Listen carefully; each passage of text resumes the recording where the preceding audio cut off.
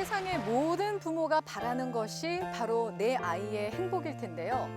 하지만 아이를 보살피고 잘 자라게 하는 과정이 순탄치만은 않습니다. 앞서 보신 화면처럼 아이가 싫어 라는 말을 내뱉는 순간 부모와 아이의 갈등이 시작이 되는데요. 내 속으로 난 아이인데 아이 마음을 잘 모르겠어요 라는 부모님들도 많으십니다. 오늘 이 시간은 처음 부모가 되신 분들, 그리고 세상의 모든 엄마 아빠가 아이와 함께 행복한 가정을 꾸릴 수 있는 방법들을 고민해 보도록 하겠습니다. 첫 시간은 우리의 또 다른 이름이죠. 부모에 집중해 볼 텐데요. 오늘 이 시간 유아교육 전문가 김경란 교수님과 함께 얘기 나눠보겠습니다.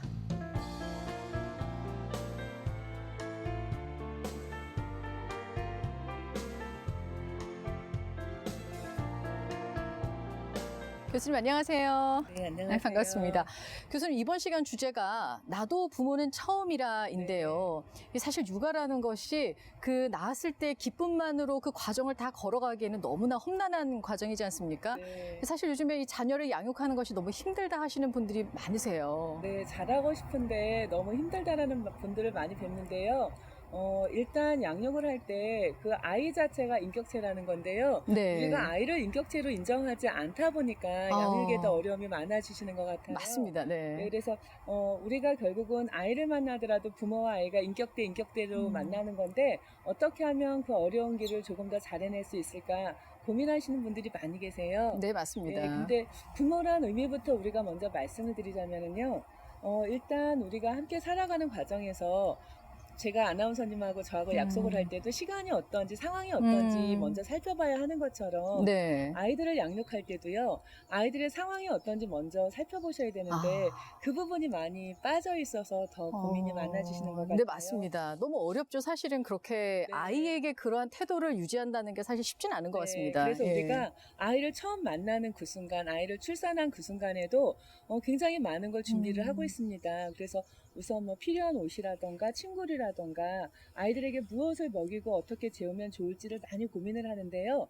반면에 내가 어떤 부모가 될지, 그 다음에 아이에게 어떤 부모를 필요로 하는지 그 부분에 대해서는 별로 생각해 보지 않으시는 것 같아요. 네. 예, 그래서 어떻게 하면 좋은 부모가 될 수 있는지 우리가 많이 고민을 하고 있는데 일단 부모가 된다라는 거는 20년 정도, 짧게는 20년? 네. 그래서 아이를 신체적으로, 정서적으로, 경제적으로 독립할 때까지 양육을 하는 건데요.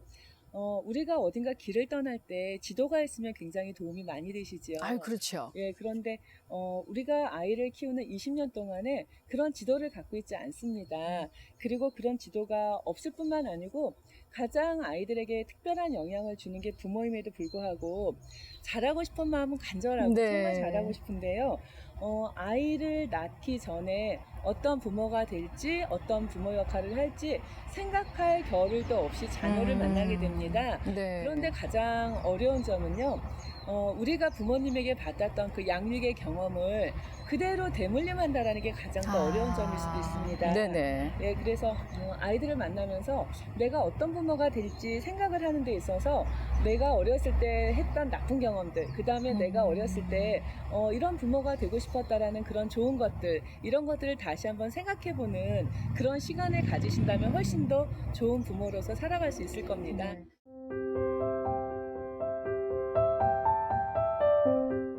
근데 사실 진짜 정말 제일 중요한 그 생각임에도 불구하고 사실은 제일 간과하고 있는 것이 나도 부모로서의 교육이 필요하다는 부분이 아닐까 싶은데 정말 부모도 교육이 제일 사실 많이 필요한 부분이에요. 그죠? 네, 그렇습니다.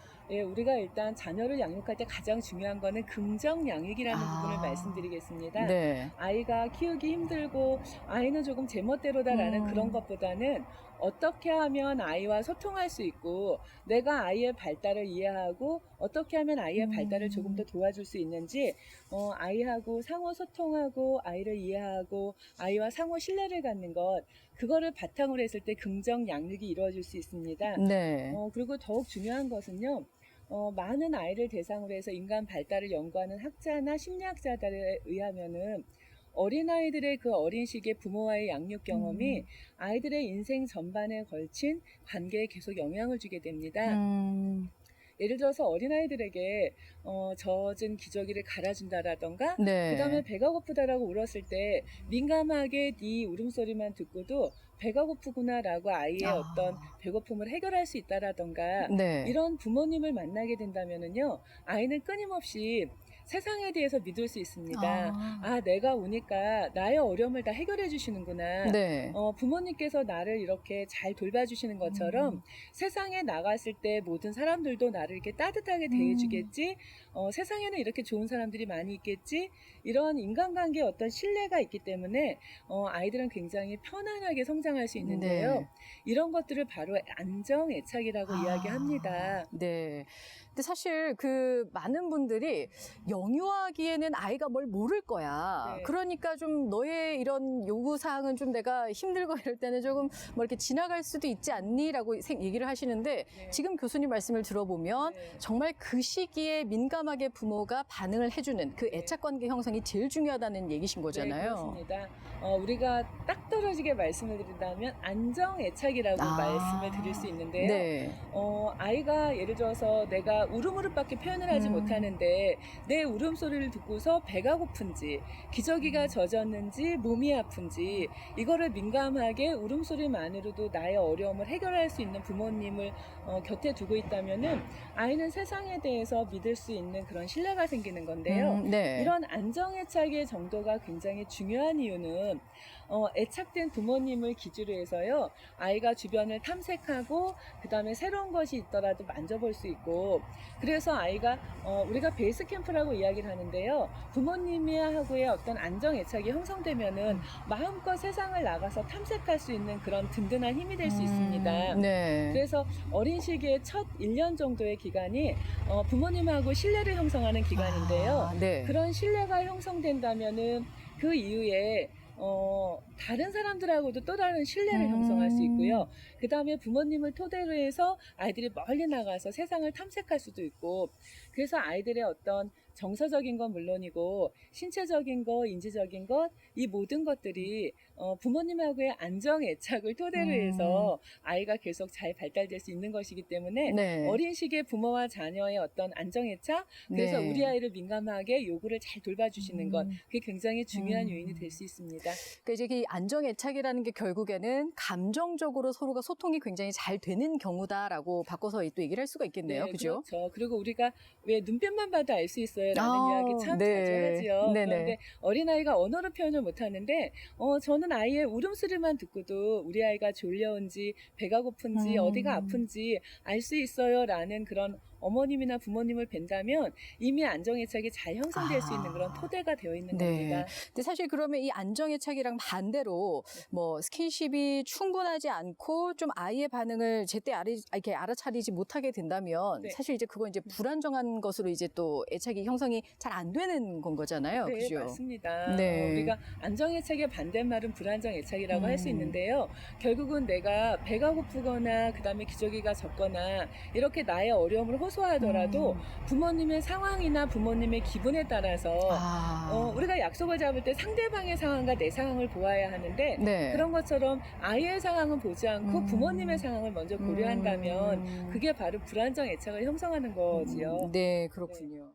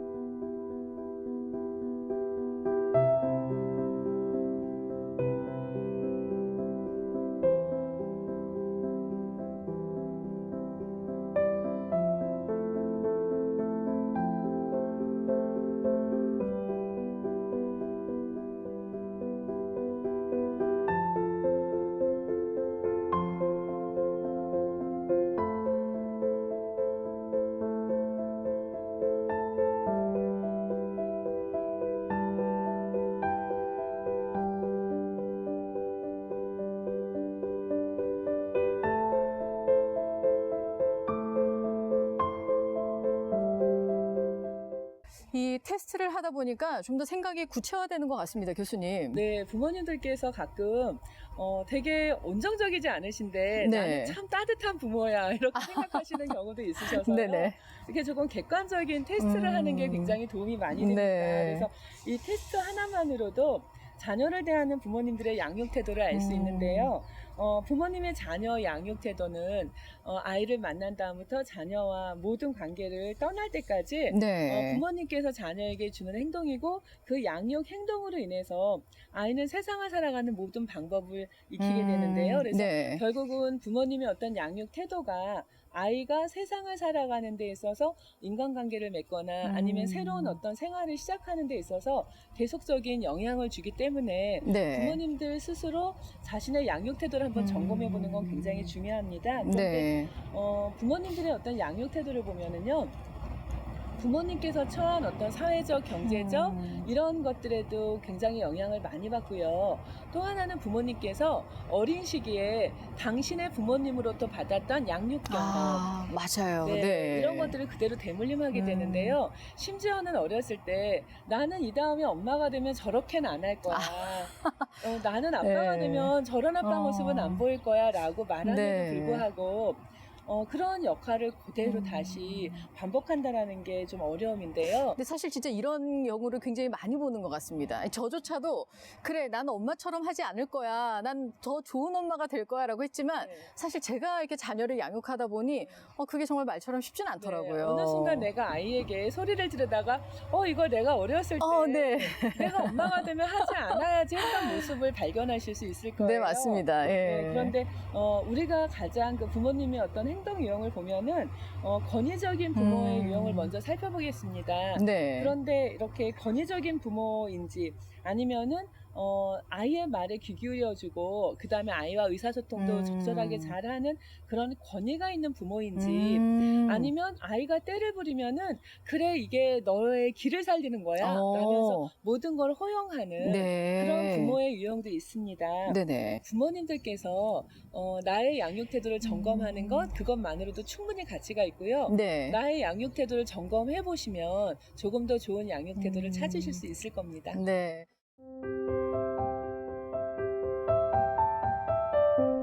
근데 사실 정말 말은 쉽지만 이게 나 자신부터 점검한다는 것 자체에 굉장히 좀 힘들어하시는 부모님들도 많으실 것 같기는 한데요. 그래도 우리가 좀 더 이렇게 노력을 한다면 최선의 방법이 있을까요? 그럼요. 지금 점검하신다면 네. 그동안 오랜 시간 해왔던 유형이 아주 조금씩 바뀌실 거예요. 네. 뭐 예를 들어서 너 짝꿍이랑 잘 지내고 왔니? 이렇게 이야기를 하면은 아이들의 대답은 네, 아니요. 둘 중에 하나입니다. 그렇죠. 그런데 부모님들께서는요. 조금 더 아이가 크면서 알고 싶어지는 게 더 많아지세요. 네. 심지어는 어떤 부모님께서는 아이 머리에 블랙박스를 장착시켜서 보내고 싶다. 그만큼 네. 아이의 일상에 대해서 많이 궁금해 하시는데요. 맞아요. 네. 아이들이 많이 대답을 안 해준다고 말씀하세요. 그렇더라고요. 네, 그런데 네. 아나운서님 같은 경우도 어떤 때 대답을 하기가 싫으세요? 좀 피곤하거나, 예, 귀찮을 땐 당연히 이제 대답하기 싫죠. 네. 그리고 또 별일이 없는데 자꾸 물어보면 뭐 지어낼 수도 없고, 그쵸. 뭐 이런 생각이 들긴 네. 하죠. 예. 그리고 또 아이가 이야기를 했을 때 네. 엄마 나 오늘 민수 때려주고 싶었어 오, 네. 라고 말을 하는 순간 어머니께서는 가슴이 철렁하죠. 그렇죠. 그다음에 이렇게 말씀하세요. 안 돼. 친구는 때리면 안 돼. 맞아요. 사이좋게 지내야 해. 맞아요. 이렇게 예. 말씀하시는데 아이가 원하는 답은 그게 아니었던 거죠. 네. 그러네요. 네. 그래서 우리가 이야기를 술술한다라는 거는 네. 우리가 왜 조금 내 마음을 알아주는 사람이 있을 때 내가 나 학교 가는 거 힘들었어 그랬을 때 너 정말 학교 가는 거 힘들었구나. 네. 나 숙제가 많아서 싫어 그랬을 때 그래 아빠도 너를 보면서 아유 나는 저렇게 숙제하라 그러면 다시는 못할 것 같아. 네. 그다음에 뭐 우리 아이들 제일 많이 하는 말 이런 말 아닐까요? 나 학교 가기 싫어. 하루 종일 게임만 했으면 좋겠어. 맞아요. 쉬고 싶어. 예. 네. 부모님들은 정말 정말 큰일이 난 것처럼 그러면 안 돼라고 말씀을 하시거든요. 맞습니다. 네. 그랬을 때, 야, 아빠도 학교 가는 거 싫었는데 잘 참고 다녔었는데 너도 그러니? 너 아빠랑 똑같구나. 네. 그 다음에 아빠도 게임하지 않고 회사 안 갔으면 좋겠는데 너도 그러니? 이렇게 말씀을 해주신다면은 네. 아마 아이가 그 다음부터는 부모님 앞에서 자기의 마음을 술술 털어내는 거를 계속 할 거예요. 그래서 가장 중요한 거는 네. 아이가 이야기한 것에 대해서 일단 공감해 주시는 거. 그러니까 마음으로 이야기하는 게 나쁜 일은 없거든요. 네. 그래서 우리 부모님들께서 공감을 해주시기보다는 타이르시거나 아니면은 그렇게 하면 안 되라고 훈계하시거나 맞습니다. 네. 네, 그런 반응이 많으니까 아이는 점점 입을 닫게 되는 거거든요. 네. 그래서 부모님께서 아이하고 의사소통을 하고 싶으시면 첫 번째는 귀 기울여 눈 맞춰 잘 들어주시고 지금 아나운서님께서 제 말씀을 네. 잘 들어주셔서 감사한데요. 네. 네, 그런 것처럼 그래서 잘 들어주시고 공감해 주시고 그래 네 마음이 그랬구나 라고 하신 다음에 그런데 말이야 네. 아빠도 게임하고 학교 가기 싫고 회사 가기 싫지만 갈 거야. 네. 너도 오늘 학교 가기 싫고 게임하고 싶지만 학교 잘 다녀오렴. 학교는 가야 하잖아. 이렇게 말씀하신다면은 아이들이 내 마음을 받아주는 부모님 앞에서 네. 많은 이야기를 술술술술 꺼내게 될 거예요. 근데 사실 이게 많은 분들이 일단 이런 얘기들을 요즘에 워낙에 좀 많이들 하시니까요. 이게 자녀가 이렇게 얘기하면 그래 맞아라고 할 때도 있지만 사실 대부분은 이제 또 일상생활에서 바쁘다 보니 무슨 말이야 가야지 얼른 빨리 준비해라고 이제 사실은 다그치거나 해결책만을 먼저 꺼내놓는 경우가 사실 대부분이거든요. 근데 지금처럼 이제 아이들이 꼭 해결책을 부모에게 원해서 이야기를 하는 것이 아니라 그냥 내 마음을 좀 알아줬으면 하는 의미에서 대화를 이제 그렇게 해서 풀어나가면 훨씬 더 쉽다. 이제 이 말씀이신 거죠? 네, 맞습니다. 네. 아이들도 내가 학교에 가야 한다는 사실을 너무 잘 알고 있어요. 그렇죠. 네. 그런데 단지 학교 가기 싫어. 나 오늘 좀 피곤해. 학원 안 가고 게임하고 싶어. 이렇게 말했을 때 아이가 원하는 거는요. 아, 네 마음이 그렇구나. 그럴 만해. 라고 부모님께서 인정해 주시는 거 하나만으로도 아이는 충분하게 꿀팁을 얻고 네. 학교도 가고 공부도 할 수 있을 거거든요. 누구든 사실 여러 가지 시행착오를 겪기 마련입니다. 근데 이제 부모는 이제 자녀뿐만 아니라 자기 자신에 대해서도 정말 잘 알고 있어야 이 모든 문제들을 현명하게 해결해 나갈 수 있다는 이야기를 오늘 나눴는데요. 나를 돌아보고 또 자녀를 이해하고 그리고 또 공감하는 의사소통을 실천한다면 아마 지금 방송 보시는 여러분께서는 지금보다 조금 더 한 발자국 나아가 성장해 있는 여러분들을 발견하실 수 있을 겁니다. 교수님 오늘 말씀 고맙습니다. 네, 고맙습니다.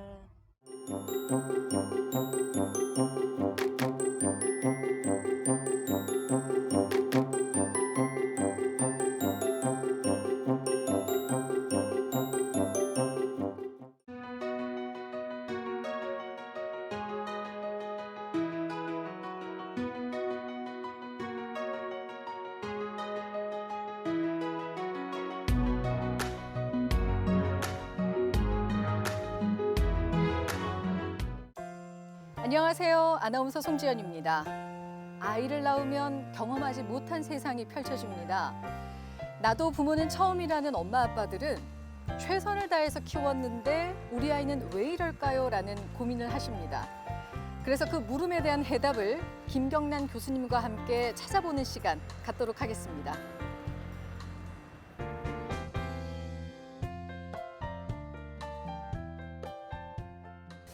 오늘 주제가 우리 아이의 특성을 한번 이해해보자인데요. 사실 그 부모에게서 나왔는데 아이들마다 어쩜 이렇게 그 특성이 다를 수 있을까요, 교수님? 네. 아이들의 성장 과정이 모두 다릅니다. 네. 그래서 비슷한 성장을 하는 것 같긴 하지만은 조금 더 빨리 걷는 아이, 조금 더 느리게 걷는 아이, 또 조금 더 말문이 빨리 트여서 하고 싶은 말을 마음껏 하는 아이도 있고요. 네. 또 아이들의 경우에 사춘기가 언제 오는지에 따라서 부모님들이 양육의 어려움을 누가 더 빨리 경험하는지 그런 것도 있는데 어쨌든 세상 모든 아이들이 똑같은 아이는 한 명도 없습니다. 네. 예, 그런데 부모님들은 자신이 가진 지식과 경험만으로 아이들을 키우시는데요. 심지어는 이런 얘기들 많이 하세요. 옆집 아주머니가 우리 아이의 교육 정책을 모두 결정한다. 네. 근데 가장 중요한 거는 우리 아이를 내가 관찰해서 특성을 파악하는 것. 그게 가장 중요한 부분입니다. 그러니까 사실 옆집에 이 아이가 너무 잘하는 것 같아서 이 아이만큼만 우리 아이가 좀 했으면 해서 사실 적용을 시켜보지만 결과가 똑같지는 않거든요. 늘 다를 수 있는 거지 않습니까? 네, 심지어는 우리 집에 아이가 둘이 있다, 셋이 있다 했을 때도 우리 집 아이도 또 다른 면이 있죠. 맞아요. 네. 네, 그래서 우리가 그걸 기질이라고 표현을 하는데요. 네. 아이들의 기질을 알면은 훨씬 아이를 키우는데 조금 쉬운 수 있는 그런 팁이 있거든요. 네네. 그래서 모든 부모님들께서 아이들의 얼굴이 다른 건 다 알고 계세요. 그렇죠. 네, 얼굴 정말 다르죠. 그다음에 심지어 일란성 쌍둥이 같은 경우에도 지나가는 사람은 모르지만 나는 알아요. 네. 라고 말씀하시고 얼굴 모습이 다르기도 하지만 표정이나 어떤 대처하는 상황 이런 것들이 많이 다릅니다. 네. 그런데 부모님들께서 쟤 왜 저러지? 그런데 원래 저래. 쟤는 태어났을 때부터 원래 그랬어 라는 말을 참 많이 하시는데 네. 우리가 그 원래 그래 이런 말에 대해서 흘려보내지 마시고 네. 우리 아이는 원래 어땠지? 이렇게 조금 생각해 보시면 활기찬 아이도 있고요. 네. 조심성이 많은 아이도 있고요. 굉장히 자기가 원하는 거면 끝까지 집요하게 매달리는 아이도 있고요. 네. 그래서 그런 기질이라는 걸 아시면은 아이를 훨씬 이해하기 쉬우십니다. 사실 정말 이렇게 모든 아이가 다 이렇게 다르다라고 얘기를 해주셨는데, 그러니까 기질로 따지면 이게 뭐 좋은 기질, 나쁜 기질이라는 건 아니라는 거죠, 교수님. 네, 그렇습니다. 기질은 아이들이 가지고 태어나는 기본 성향, 성격인데요. 네. 좋고 나쁨의 경우보다는 부모님께서 잘 알고 대처하시면은 나쁘다고 생각할 수 있는 게 좋은 기질이 될 수도 있고요. 또 좋은 기질인데도 잘 모르고 계시면 그걸 나쁘게 생각하실 수 있기 때문에 기질에 대해서는 부모님들께서 꼭 아셨으면 좋겠어요. 네. 예, 그래서 알렉산더 토마스라는 아동학자하고 그 다음에 스텔라 체스라는 그 의학 박사가 1970년대쯤부터 미국에서도 부모님들이 특히 어머님들의 취업이 증가하면서 아주 어린아이들이 바깥에서 생활하는 시간이 많아지기 시작했어요. 네. 그래서 아이들을 훈육하고 교육하고 이러는 과정 중에 왜 똑같은 상황인데 아이마다 이렇게 반응이 다르지? 왜 어떤 아이는 지금 막 새로 어린이집을 왔는데 저렇게 편안하게 지내고 어떤 아이는 한 달 내내 울기도 하지? 네. 이건 무슨 이유일까? 이런 거를 연구하다가 발견한 이론이 바로 기질이론입니다. 그렇군요. 네, 그래서 아이들에 따라서 순한 아이, 느린 아이, 까다로운 아이 이렇게 세 가지 유형으로 나누고 있는데요. 네. 순한 아이는 많은 부모님들께서 가장 좋아하시는 적응도 잘하고요. 네. 또 얘가 좀 울 것 같은데 하는 상황에서도 방긋 웃고 있는 아이들이고요. 네. 그래서 대부분의 상황을 긍정적으로 잘 대처하는 그런 아이들입니다. 네. 그리고 까다로운 아이는요. 부모님들께서 제일 꺼려하시는 힘들죠. 네, 맞아요. 정말 힘들어요 라고 네. 표현하시는 아이가 이 까다로운 아이예요. 네. 그래서 이런 아이 같은 경우에는 한번 자기가 원하면 끝까지 추구하고요. 맞습니다. 예. 네, 싫다고 하면은 부모님께서 아무리 강요해도 강하게 거부하면서 하지 않습니다. 그리고 일상생활에 있어서도 조금 불규칙해서 제가 언제 일어나고 언제 무엇을 먹고 이런 것들이 좀 불규칙하다 보니까 네. 특히 양육을 하시는 어머님들 입장에서 많이 어려워하세요. 네. 그 다음에 세 번째 느린 기질의 아이가 있는데요. 네. 느린 기질의 아이들은 새로운 상황에 대해서 굉장히 어렵게 다가섭니다. 그래서 네. 새로운 상황이 됐을 때 다가가는 것도 어려워하고요. 적응하는데도 시간이 오래 걸리고요. 네. 그래서 이 세 가지 유형에 대해서 부모님들께서 꼭 아실 필요가 있으세요. 네.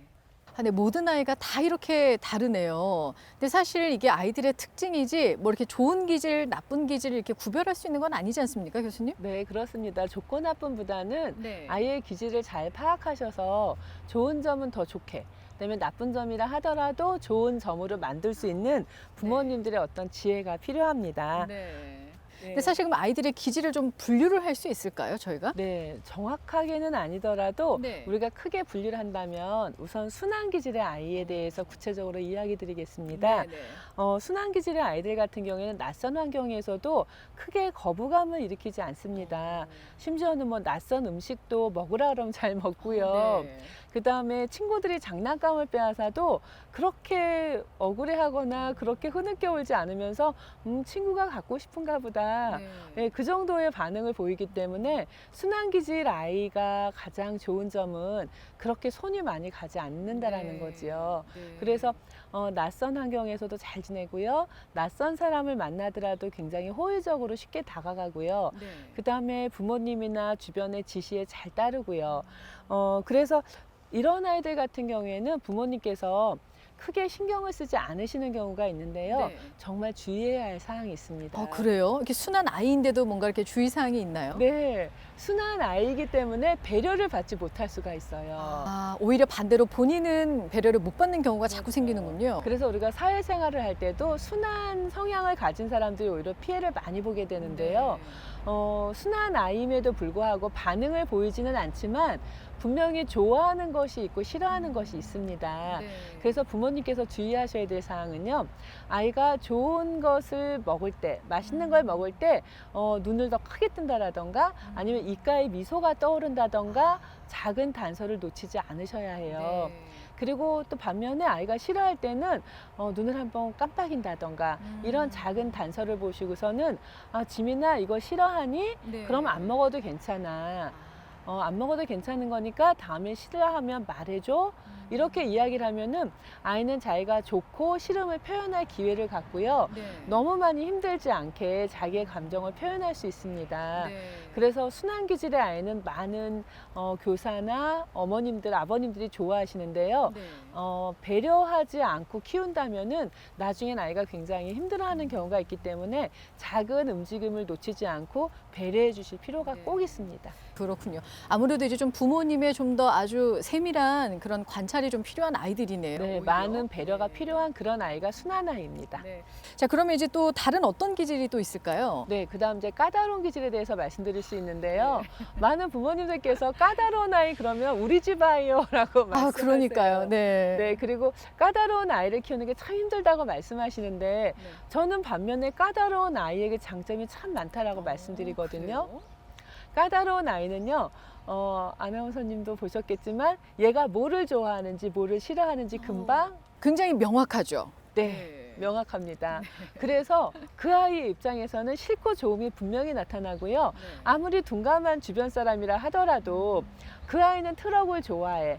저 아이는 국수를 좋아해. 네. 저 아이는 저건 절대 안 할 거야. 이런 걸 미루어 짐작하면서 상황을 배려하게 되거든요. 그러니까 오히려 순한 아이들보다 까다로운 아이는 주변 사람들이 훨씬 더 많은 배려를 하게 되네요. 네, 반대로. 싫어하지만 힘들지만 그래도 그 아이 입장에서 많은 거를 할 만한 것들을 미리 준비해 주시는 거죠. 네, 너무 이렇게 걱정을 안 하셔도 되겠어요. 네. 까다로운 아이들의 이제 부모님들께서는. 네, 심지어 어린이집 유치원에서도 네. 까다로운 아이에게는 놀잇감을 양보하라던가 아. 너 이거 참고 한번 해봐 이런 말씀을 하지 않으세요. 네. 그런데 까다로운 아이를 키울 때 정말 주의하실 게 한 가지 있는데요. 네.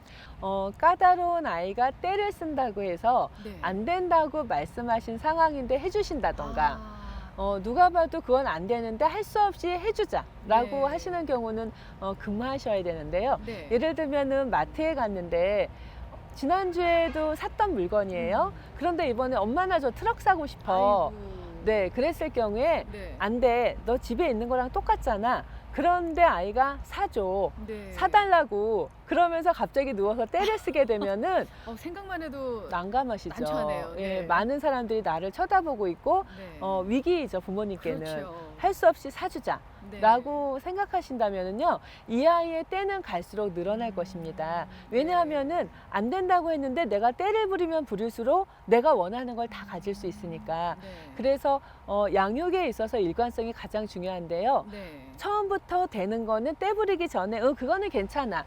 그건 엄마가 해주려고 했었어. 그건 너한테 필요한 거야. 네. 라고 해주시고요.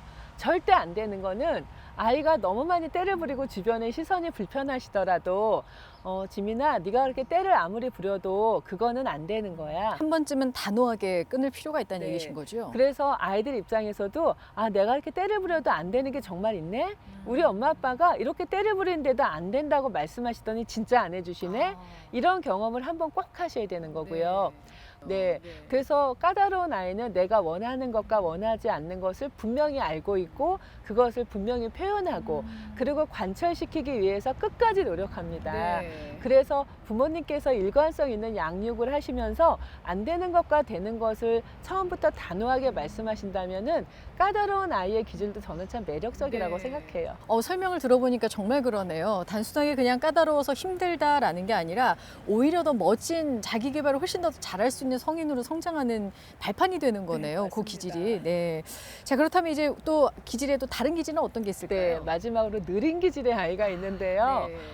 우리나라 부모님들 느린 기질 아이들 참 싫어하세요. 좀 답답해하시는 면이 있죠. 그리고 일단 다른 아이들은 다 하는 것 같은데 내 아이가 못하면 속상하셔하는 부분들도 많으시고요. 맞아요. 특히 네. 우리나라에서 가장 많이 사용하는 용어가 빨리빨리. 그렇죠. 예. 우리 모두가 선호하는 빨리빨리와 가장 반대에서 행동하는 네. 아이가 느린 아이거든요. 예를 들자면 3월이 되었을 때 친구가 바뀌고 교실이 바뀌고 선생님이 바뀌면 유난히 학교 가기 싫어하는 아이. 네. 그 다음에 낯선 환경, 낯선 음식에 대해서 주춤주춤하는 아이들. 느린 아이에게도 장점이 있습니다. 네. 우리 속담에 돌다리도 두들겨 가라라고 이야기를 하는데요. 네네네네. 느린 아이는 돌다리를 두들겨서 건너가는 사람을 관찰한 다음에 아, 저 돌다리는 튼튼하구나 라고 건널 수 있는 아이예요. 네. 어떻게 보면 좀 굉장히 안정적인 아이네요. 네. 절대 실수하지 않고 절대 많은 것을 잃지 않을 수 있는 아이예요. 네. 그런데 반면에 부모님께서 서두르시고 빨리 해봐라고 재촉하시면은 점차 자신감을 잃어갈 수 있습니다. 그렇군요. 그래서 뭐 혼자 하는 연구라던가 그 다음에 오랫동안 사람을 사귀면서 처음에는 낯설어서 못 다가갔지만 사귈수록 아주 진국으로 가는 그런 성향이 바로 이런 느린 아이입니다. 그래서 느린 아이에게 있어서 꼭 배려하실 거는요. 아이가 원할 때까지 조금 손잡고 기다려 주시는 것. 네. 아이가 다가설 때까지 부모님께서 괜찮아 하고 시간을 허락하시는 게 가장 중요한데요. 네. 느린 아이에게도 굉장히 많은 매력이 있어서 절대 실수하지 않고요. 그 다음에 나쁜 건지 좋은 건지 자기가 판단하고 나면은 그 다음엔 선뜻 앞으로 잘 자기 일을 진행할 수 있습니다. 이 교수님 말씀을 들으면서 보니까 부모로서의 나는 과연 어떤 사람인가 이런 궁금증이 또 생기는데요. 그래서 저희가 준비를 했습니다. 이 부모로서의 나 함께 체크해보는 시간 갖겠습니다.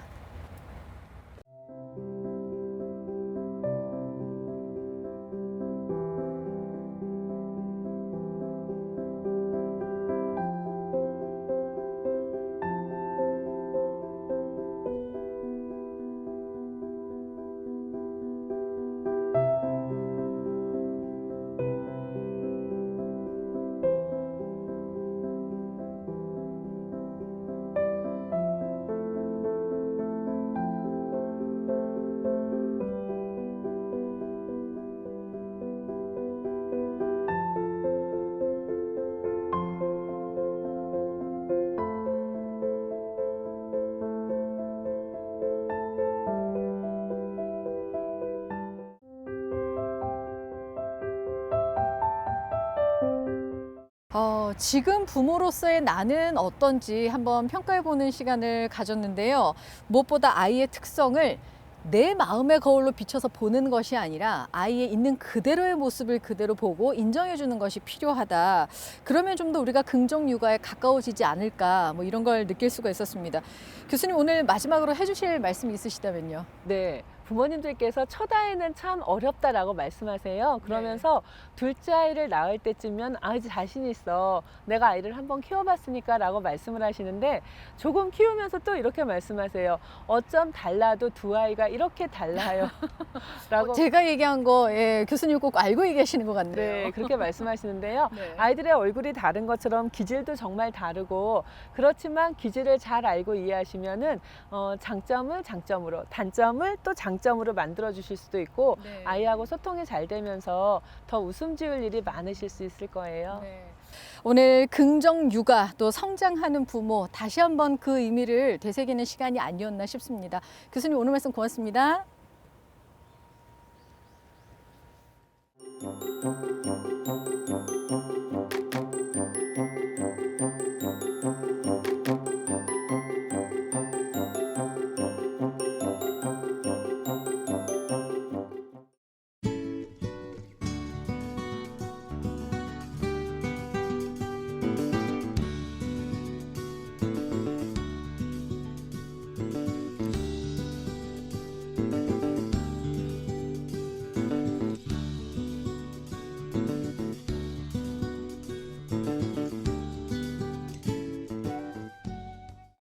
안녕하세요. 아나운서 송지연입니다.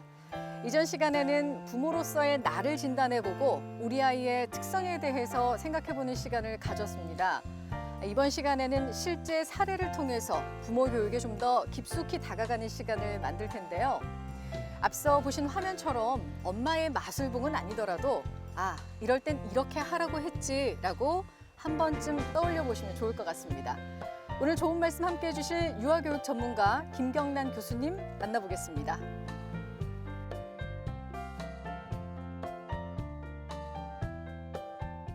교수님, 오늘 주제가 일촉즉발, 이럴 때는 이렇게 하세요입니다 이잖아요. 사실 조그만 일도 크게 벌어질 수 있는 것이 아이들과의 그 대치 상황일 텐데요. 이런 상황에서 부모님들의 고민을 사실 저희가 이제 강의에 앞서서 한번 살펴봤습니다. 열어보면서 하나씩 짚어갈까요? 네.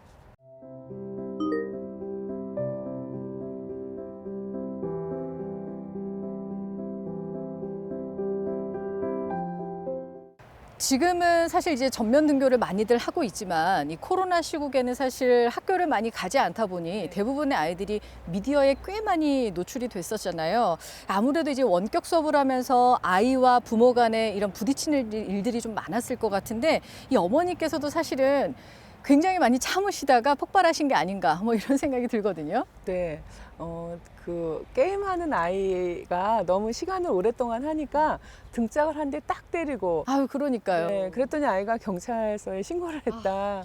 네, 정말 어머님께서 세상이 무너지는 느낌이실 것 같아요. 그러니까요. 네, 그런데 제가 한 가지 꼭 여쭙고 싶은 말이 네. 만약 이웃집에 계신 분이나 내 친구가 내 맘에 들지 않는 행동을 한다면 네.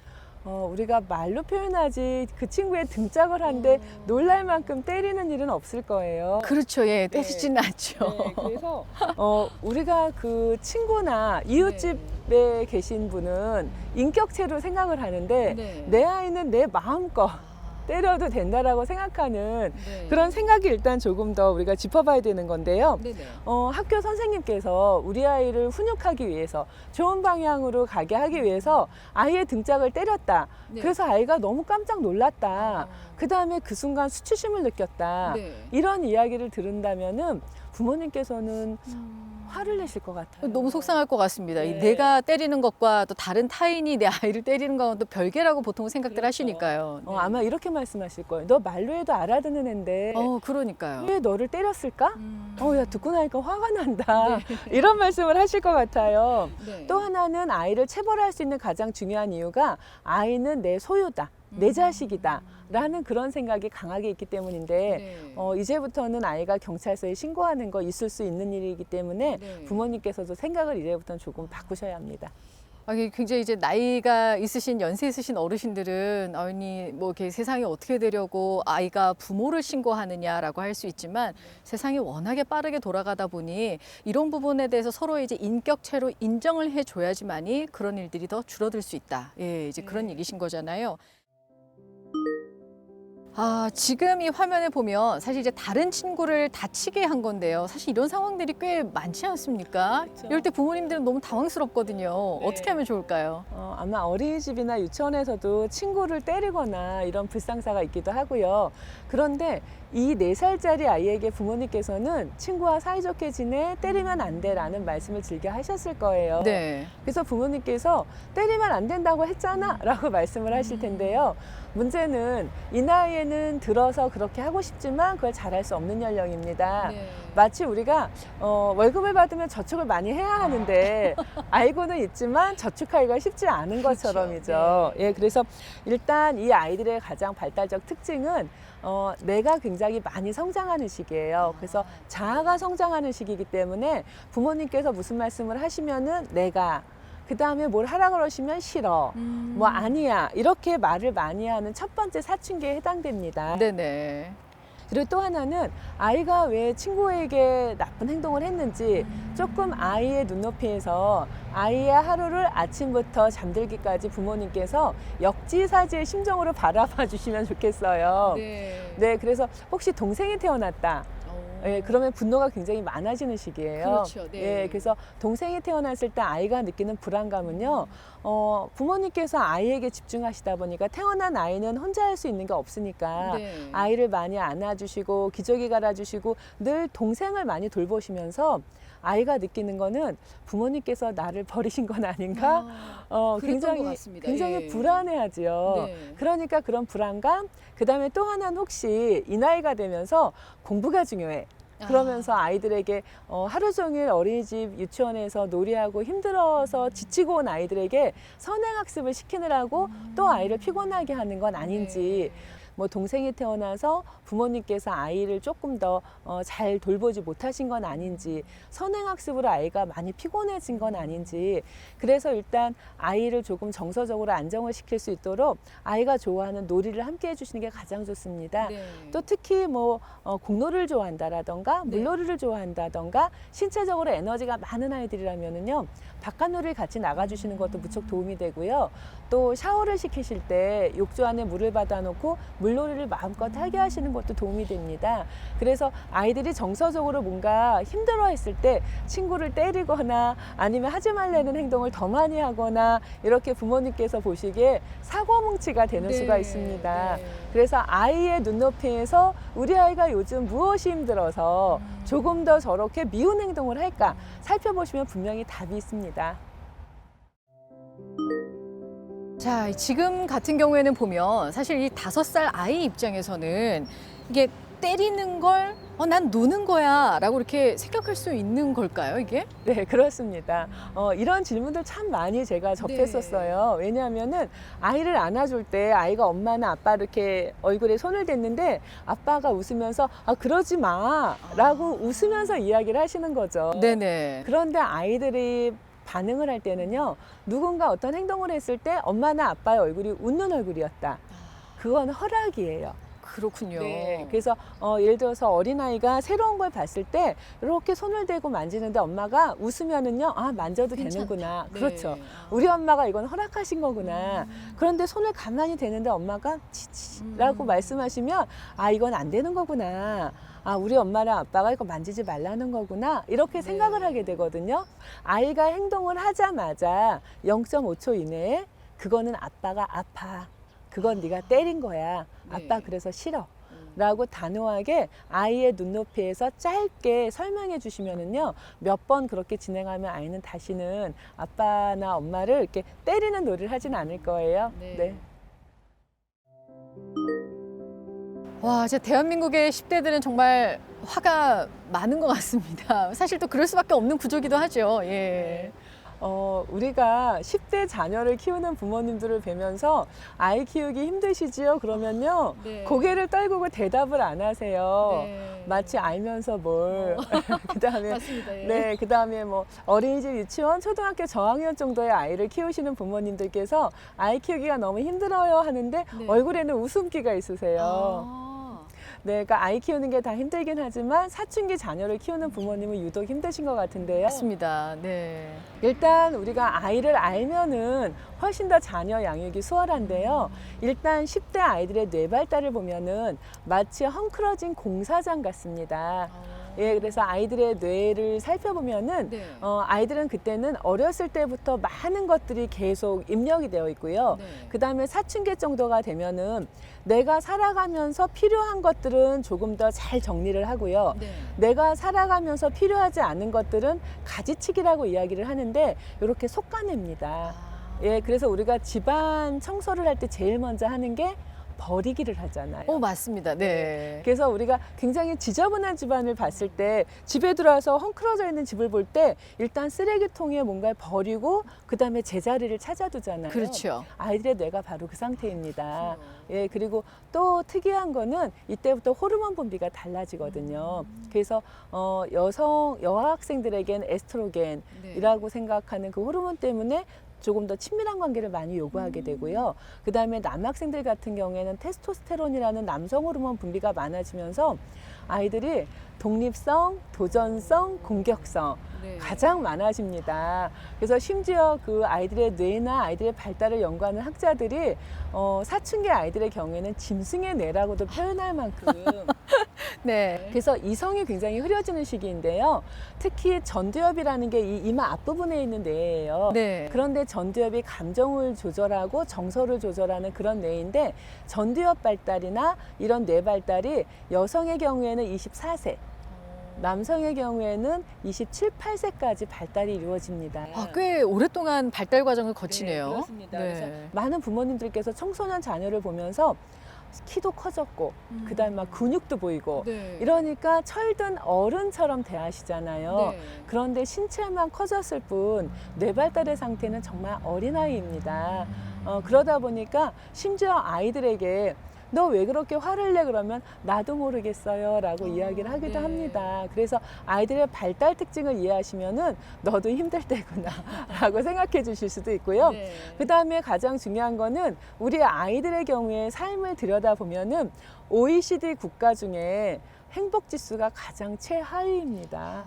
저도 봤습니다. 기사로. 예. 네, 마음이 아프더라고요. 네, 심지어는 자살률 역시 최하위거든요. 그러니까 자살률의 경우에는 가장 높은, 근데 2위인 나라하고 비교가 될 수 없는 수치를 가지고 있습니다. 네. 그래서 청소년 아이들의 경우에 정말 집중해서 공부해야 될 시간을 제외한 나머지 시간에는 뭐 체육 활동을 한다라던가 원하는 취미 활동을 한다라던가 다양한 활동을 하게 하시면은 아이들이 앞으로 살아가면서 필요한 능력을 키울 수 있는 그런 중요한 시기가 될 수 있으니까요. 이제부터는 아이들의 뇌 발달, 호르몬 분비 이해해 주신다면은 너 그렇게 화가 많이 났구나 정도로 조금 스쳐 지나가면서 네. 아이를 이해하시기 쉬우실 거예요. 네. 아, 오늘 일촉즉발, 이럴 땐 이렇게 하세요. 여러 사례를 이제 살펴봤는데요. 이 사례를 살펴보면서 제가 드는 생각이 부모와 자식 간에도 정말 대화의 기술이 필요하구나. 이 기술을 잘 익혀서 서로가 좋은 관계를 만들어야 되겠다. 이런 생각이 듭니다. 오늘 이제 교수님 말씀 들으면서 이번 시간 마무리하도록 하겠습니다. 부모님께서 아이들에게 이야기를 듣고 싶다 하시면은 아이의 말에 우선 공감해 주시고요. 진심으로 네 마음이 그렇겠구나 역지사지 입장으로 생각해 주시고 그런다면 아이들은 어떤 힘든 일이 있더라도 부모님 앞에서 자신의 마음을 모두 털어놓을 수 있습니다. 아이들이 가장 힘든 순간에 누군가에게 자기의 마음을 표현할 수 있고 더군다나 세상에서 가장 사랑하고 가장 사랑받고 싶어하는 부모님께 자기의 어려운 마음을 털어놓을 수 있다면 아마 세상이 그렇게 두렵거나 어렵지 않을 겁니다. 이제부터 부모님께서 아이의 하루 일과가 궁금하다. 내 속으로 낳은 자식이지만 네 마음을 모르겠어 라고 생각하신다면은 아이에서 문제를 찾기보다는요. 내가 그동안 어렸을 때부터 아이와 어떻게 말하면서 지냈는지 아이가 뭔가 털어놓았을 때 과연 나는 어떤 태도와 어떤 표정을 보여줬었는지 돌아보시기 바랍니다. 이제부터는 아이가 작은 말 한마디 할 때 놓치지 마시고 눈 반짝 뜨시고 눈높이 맞추시고 조금 더 바쁜 일이 있더라도 경청하면서 아이의 말을 끊지 않고 끝까지 들어봐 주시기 바랍니다. 그렇다면은 아이들은 주변 사람들과도 이야기 나눌 수 있고 부모님과도 이야기 나눌 수 있고 조금 더 든든한 지원자를 얻고 세상을 살아가게 될 것입니다.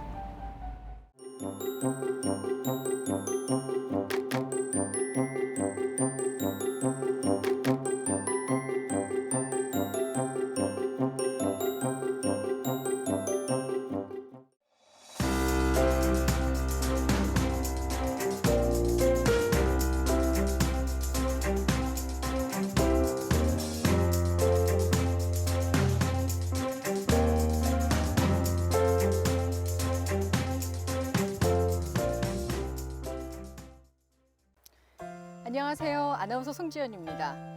이 앞서 보신 화면처럼 같은 공간에 함께 있지만 각각 다른 세상에 살고 있는 것 같은 가족들의 모습.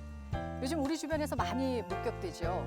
그래서 오늘 이 시간에는 이 스마트 시대를 살아가는 우리 부모들이 어떻게 하면 좀 더 현명하게 자녀를 양육할 수 있을지 유아교육 전문가 김경란 교수님과 함께 고민해 보도록 하겠습니다.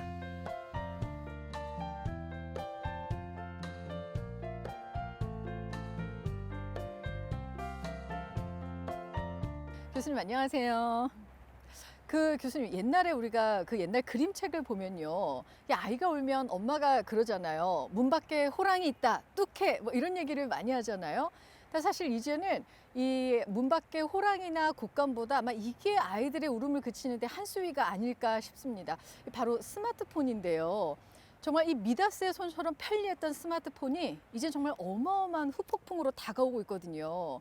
사실 요즘에 많은 부모님들이 줄 때는 편했는데 우리 아이를 스마트폰에 뺏긴 것 같아요라는 얘기를 정말 많이 하십니다. 네. 그런 것처럼 아이들에게 네. 스마트폰은 너에게 어떤 거야? 그러면 보물 1호예요. 라고 말합니다. 속상하네요. 네. 그런데 우리도 스마트폰을 가끔 사용하다 보면은 이 스마트폰이라는 기기에 내가 관심을 보이지 않는다라는 게 오히려 이상할 만큼 네. 너무 재미있는 내용도 많이 있고요. 그다음에 세상의 모든 것을 알고 싶을 때 스마트폰만 있으면 세상에 궁금한 모든 것들이 해결되거든요. 그러니까요. 또 하나의 어떤 통로가 되는 거잖아요. 그렇죠. 예. 그래서 심지어는 그 청소년들 보면은 스마트폰과 먹을 것만 있으면 나를 가둬놔도 괜찮아라고 말할 만큼 네. 만사 다 해결되는 그런 부분입니다. 그런데 이렇게 아이들에게 재미있고 즐거운 이런 사탕, 달콤한 이런 기기를 어떻게 좋은 영향력으로 아이들에게 발휘할 수 있을까? 네. 그래서 우선 우리 아이들이 얼마만큼 이 스마트폰에 노출되어 있고 인터넷에 노출되어 있는지 그 결과를 먼저 조금 살펴볼 필요가 있습니다. 네.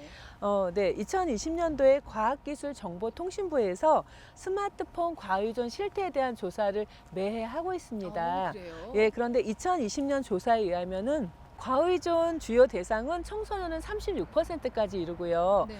또 유아나 아동도 28%까지 이르니까 굉장히 심각한 상황이고요. 네. 또 힘든 양육 문제를 해결했었던 이 스마트폰이 아까 말씀하신 대로 폭풍의 눈이 되었습니다. 그러니까요. 그래서 예전엔 주어서 조금 여유가 있어서 좋았는데 이제는 스마트폰에 아이가 눈을 떼지 못하니까 네. 부모님들의 염려가 되는 그런 상황이 됐지요. 네. 그래서 학교에서도 이 스마트폰이라던가 아니면 뭐 동영상이라던가 이런 것들을 어떻게 이용할지 교육을 많이 하고 있습니다. 네. 그런데 가장 중요한 거는요, 더 많은 시간을 편안하게 지내는 그런 가정에서도 교육이 함께 이루어지고 부모님께서도 중독은 무엇인지 또 중독을 예방하려면 어떻게 도와줄 수 있는지 아셔야 되는 그런 부분입니다. 네. 사실 이 아까 교수님께서 말씀하셨지만 스마트폰을 사용하는 연령대 자체가 정말 계속 낮아지고 있는 것 같거든요.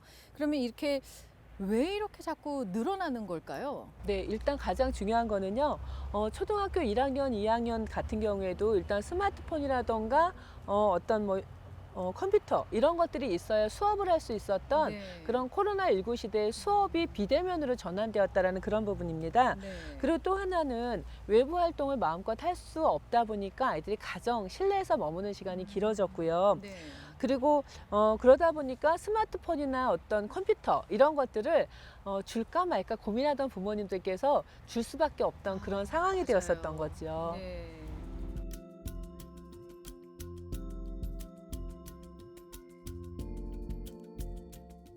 와, 87.7%면은 한 학급에 스마트폰이 없는 아이들이 뭐 고작 해봤자 한두 명밖에 안 된다는 거네요. 네, 스마트폰을 소유하는 건 물론이고요. 네. 3명 중에 1명은 나에게 스마트폰은 꼭 필요한 가장 소중한 물건이다. 네. 그 다음에 10명 중에 1명 정도는 유튜브를 보는 게 가족과 함께 지내는 것보다 훨씬 즐겁고 행복하다라고 응답하고 있습니다. 너무 속상한 답변인데요. 아마 사실 같은 문제로 고민하는 그 부모님들께서 꽤 많으실 것 같습니다. 그렇다면 이 상황에서 부모님들이 좀 어떻게 행동을 좀 해야 될까요? 네, 일단 부모님들께서 편리하지만 스마트폰 사용을 자제하도록 하시는 거. 그러니까 부모님이 네. 먼저 모델을 보여주시는 것도 중요한데요. 네네. 영유아하게 스마트폰을 많이 노출된 아이들은 팝콘 브레인이라고 이야기합니다. 네. 네, 여러분들도 아마 스마트폰을 많이 사용하시다 보면 영상이 굉장히 빠른 속도로 움직인다던가 네네. 아니면 굉장히 즐거운 음악, 빠른 음악이 많이 나오게 되거든요. 그랬던 것 같아요. 네, 그러다 보니까 아이들이 빠르게 나를 움직이게 할 수 있는 어떤 감각적인 것들이 아니면은 집중하지 못하는 현상이 생기거든요. 네. 그래서 스마트폰에 오래 노출된 유아들의 특징 중에 하나가 어떤 정서적인 활동, 정적인 활동에 집중하지 못하고 과잉 행동 장애를 보이는 ADHD 현상을 보인다던가요. 부모님들께서 책 한 권을 제대로 엉덩이에 붙이고 보지 못하니 라고 말씀하시는 네. 그 현상에 바로 직결되는 게 바로 네. 스마트폰에 영상 노출이 많이 되는 유아들의 경우입니다. 그렇군요. 사실 영유아기에 아까 교수님께서 사실 아이들의 두뇌가 제일 많이 발달하고 제일 많이 어떤 이렇게 커지는 시기인데 사실은 이것 말고 더 많이 이 발달에 맞는 걸 해야 되는 것들이 있지 않습니까? 네, 맞습니다. 특히 영유아 시기에는 전두엽에서 종합적인 사고력이라던가 아니면 자기의 감정 조절을 할 수 있는 능력이라던가 이런 것들이 발달되는 그런 시기입니다. 네. 그리고 이 시기엔 언어 발달도 많이 이루어지는데요. 네. 스마트폰이라던가 어떤 영상에 이렇게 노출되어 있는 상황을 생각해 보시면 부모님들께서는 집중해서 공부하는 것처럼 보이실 수 있는데요. 네. 이때 아이들의 뇌파를 검사해 보면은 잠잘 때 나오는 수면파와 동일한 뇌파가 나오는 거 볼 수 있습니다. 아, 그래요? 네, 그러니까 아이들의 발달이 정지되어 있다라고 생각하시면 되시고요. 네. 또 중요한 거는 어린아이들의 경우에는 눈으로 보고 귀로 듣고 코로 냄새 맡고 입으로 맛보고 손으로 만져보고 이렇게 5가지 감각 활동을 여러 번 많이 즐기는 동안에 인지 발달도 이루어질 수 있고 신체 발달, 정서 발달, 언어 발달, 사회성 발달이 이루어질 수 있는데요. 네. 이 아들이 멈추어 있는 상태에서 스마트폰이라던가 영상을 집중해서 보는 동안은 결국은 아이는 멈춰 있는 상태가 되는 거죠. 발달도 멈춰 있고 경험도 멈춰 있고요. 또 더 중요한 거는요. 1살에서 2살까지는 사람들하고의 관계를 많이 지속하면서 네. 특히 부모님과 가족과 또래들과 사회적인 발달, 그다음에 나를 돌봐주는 사람과의 특별한 애착 관계 이런 걸 형성하는 게 훨씬 중요한 시기인데 네. 이런 시기에 아이들이 꼭 해야 되는 경험을 하지 못하고 영상에 노출되었기 때문에 더 많은 그런 악영향을 미치게 되는 중요한 시기가 네. 됩니다. 그러면 이제 그 아이들이 스마트폰을 통해서 사실은 뭐 대부분의 부모님들이 그래도 이왕 볼 거면 좀 더 교육적인 걸 봤으면 좋겠다 해서 그런 걸 틀어주시는 경우도 많거든요. 아무리 교육적인 거라 하더라도 스마트폰을 보는 동안은 내 아이의 뇌는 사실 잠자고 있는 거나 다름없다라는 거네요. 네, 맞습니다. 그래서 많은 부모님들께서 교육적인 거니까 아이가 교육 활동을 하는 게 아니냐. 네. 아이도 즐겁고 부모님 입장에서 교육이 되지 않느냐라는 그런 말씀도 하시는데요. 그런 부분에서 아이들은 노출이 많이 되면 많이 될수록 즐거움도 많이 경험하고 그다음에 손에서 뗄 수 없는 그런 상황이 될 수 있습니다. 네. 그래서 우리가 그런 현상, 그러니까 내가 이제 그만해야지라고 생각할 때도 계속 하고 싶다던가 그렇죠. 예. 아니면 내가 이거를 그만하기로 한 시간이 되어서 부모님께서 이제는 그만할 시간이야 라고 말씀을 하시는데 나는 이거를 도저히 화를 내는 거죠. 중단할 수 예. 없어서 화가 나는 현상 네. 이런 것들이 바로 중독이라고 우리가 이야기할 수 있는 상황이기 때문에 아이들에게 노출이 많이 된다라는 건 중독으로도 연결될 수 있는 그런 위험 부담도 있습니다. 네. 근데 사실 그 코로나 시대 때문에 아이들이 어찌됐든 간에 이 전자기기를 굉장히 많이 가까이 하게 됐거든요. 근데 지금 교수님 말씀처럼 너무 일단 좋지 않다고 이제 얘기를 들으신 부모님이 무조건 그냥 갑자기 보지 마, 안 돼 라고 해버리면 사실 또 거기에 대한 부작용이 분명히 또 있을 것 같거든요, 교수님. 네, 훨씬 더 네. 어려운 상황이 될 수 있습니다. 그래서 이런 영상 매체를 아니면 스마트폰, 전자기기를 제한하는 것보다는 네. 어떻게 사용하는 게 더 좋을 수 있는지 너는 어떻게 사용하려 하고 부모님과 아이가 함께 시간에 대해서 협의를 하거나 네. 아니면 내가 보아야 하는 어떤 내용에 대해서 이야기를 나누거나 네. 그런 부분이 훨씬 바람직합니다. 그래서 오히려 부모님께서 스마트폰을 뺐거나 네. 아니면은 더 이상 할 수 없게 뭐 요금 제한을 바로 걸어두신다던가 이런 것들이 오히려 더 악영향을 미칠 수 있기 때문에 네. 부모님께서 독단적으로 하시기보다는 엄마나 아빠는 네가 스마트폰 하는 시간이 너무 길다고 생각해 어느 만큼 줄일 수 있을까 해서 아이와 이야기를 나누시고 조금 더 협의를 하는 네. 그런 시간이 꼭 필요합니다. 네. 그럼 교수님 좀 이렇게 구체적으로 방안을 좀 제시해 주시면 어떨까요? 네, 일단 많은 부모님께서 부모 역할이 힘들다라고 말씀하시는 가장 중요한 이유는 너만 잘하는 게 아니고 일단 네. 내가 좋은 모습을 보여주면서 맞습니다. 너도 나처럼이라고 네. 얘기해야 되는 그런 게 부모 역할이 어려운데요. 네. 일단 아이들에게 스마트폰이나 게임 말고 그만큼 즐겁게 몰입할 수 있는 활동을 할 수 있도록 배려하는 게 중요합니다. 다른 취미에 어떤가를 찾아주는 게 중요하다는 네, 그렇죠. 얘기시죠? 그런데 부모님들께서 개인 그만하고 공부해라고 말씀을 잘 하시거든요. 맞아요. 그런데 세상에서 제일 재미있는 게임을 그만하고 그러니까요. 세상에서 제일 어렵고 하기 싫은 공부를 하라고 말씀하시니까 도저히 게임을 중단하고 공부를 할 수 없는 상황이 되는 거죠. 그렇죠. 그래서 게임만큼은 아니더라도 게임을 그만할 만큼 즐거운 활동을 준비해 주셔야 되세요. 네. 그래서 아이가 그 시간에 게임이 아니더라도 내가 영화를 보니까 참 재미있더라. 친구들하고 함께 만나서 축구를 하니까 재미있더라. 네. 그래서 조금 다른 몰입할 활동을 찾아주시는 게 중요한데요. 게임을 그만하는 것만 중요한 게 아니고 게임을 그만했을 때 그 시간을 어떻게 활용하고 우리 아이가 어떤 즐거움을 찾고 어떤 의미 있는 활동을 하는지 네. 그런 것들이 더 중요하다라는 거죠. 네. 그래서 아이가 몰입할 즐거운 일, 그 다음에 내가 정말 하고 싶은 일, 내가 난 이 다음에 무엇이 되고 싶어, 네. 아니면 무엇을 하니까 즐거워 하는 그런 걸 찾아주는 게 제일 중요하고요. 네. 지금 게임을 하는 게 무척 안 좋은 상황이고 최악의 상황입니다. 그런데 가장 바람직한 상황으로 가는 게 어렵다면은 게임보다는 덜 좋은 상황이지만 네. 그래도 그걸 하는 것보다 낫다는 활동으로 할 수 있도록 도와주시는 게 무척 차선책을 중요합니다. 찾으시는 게 필요하네요. 그렇죠. 네. 그래서 아이가 공부는 안 하더라도 나 밴드를 배울래. 나 막 뭐 공부는 안 하더라도 친구랑 좀 영화를 보러 갔다 올게. 네. 그랬을 때 허락해 주신다면 네. 게임을 하는 시간은 훨씬 줄어들 수 있겠죠.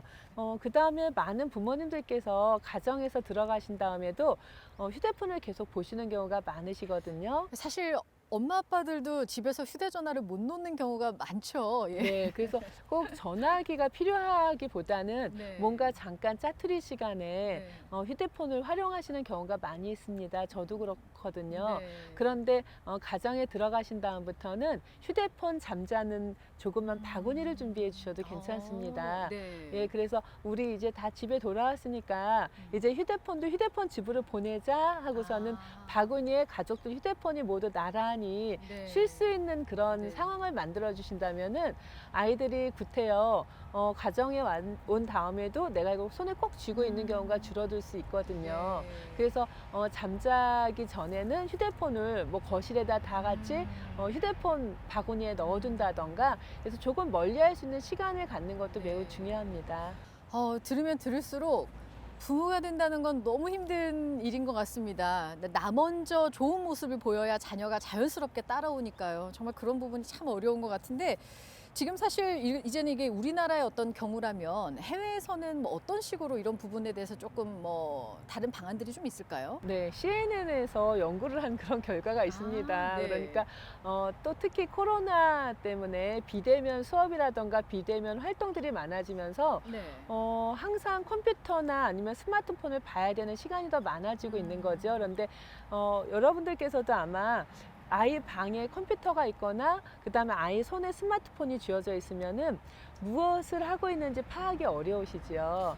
요즘에는 워낙에 SNS 종류도 다양하고요. 이렇다 보니까 많은 아이들이 이렇게 부모님들 뭐 모르게 뭐 SNS를 한다든지 자기네들끼리 이렇게 소통하는 경우가 또 많거든요. 근데 그거를 단번에 못하게 끊기란 좀 어려운 것 같습니다. 네, 교수님. 그렇습니다. 그래서 네. 아이들에게 가끔 부모님들께서 네가 스마트폰을 너무 많이 사용하니까 엄마가 압수야. 아, 맞아요. 대부분은 그렇게 해결을 네. 해버리는 거죠. 근데 그런 경우에 아이는 내 인격 자체가 어머니에게 무시당했다라고 생각을 하거든요. 네. 그거는 예를 들어서 제가 스마트폰을 많이 사용하고 있는데 저희 가족 중에 누가 컴퓨터나 스마트폰을 너무 많이 사용하니까 압수야라고 말하지 네. 않잖아요. 언짢은데요. 네, 그래서 어른들은 업무에 꼭 필요한 거를 사용하는 게 아닌데도 어른들은 마음껏 사용해도 되고 아이는 네가 그걸 가지고 뭘 하겠니라고 생각하시는 것 자체가 문제가 있기 때문에 네. 아이랑 협상을 조금 벌이셨으면 좋겠어요. 네. 그래서 네가 어느 시간대 스마트폰을 사용할런지 어떤 일을 할 때 사용할런지 조금 함께 약속을 정해 보시고 그런 부분에서 네. 아이를 인격체로 대하시는 거 무척 중요합니다. 아, 왜 스마트폰을 할까? 우리 아이가 왜 이렇게 스마트폰에 빠져들까? 근데 사실은 그 즉각적으로 오는 반응들, 자극적인 반응들이 있어서 그런 게 더 아닌가 생각이 드는데요. 이 교수님 말씀대로 아이가 이 스마트폰을 대체할 수 있는 또 다른 어떤 다른 즐거운 대체제를 부모께서 제안을 할 수 있다면 훨씬 더 건강한 그런 스마트폰 생활을 할 수 있지 않을까 싶습니다.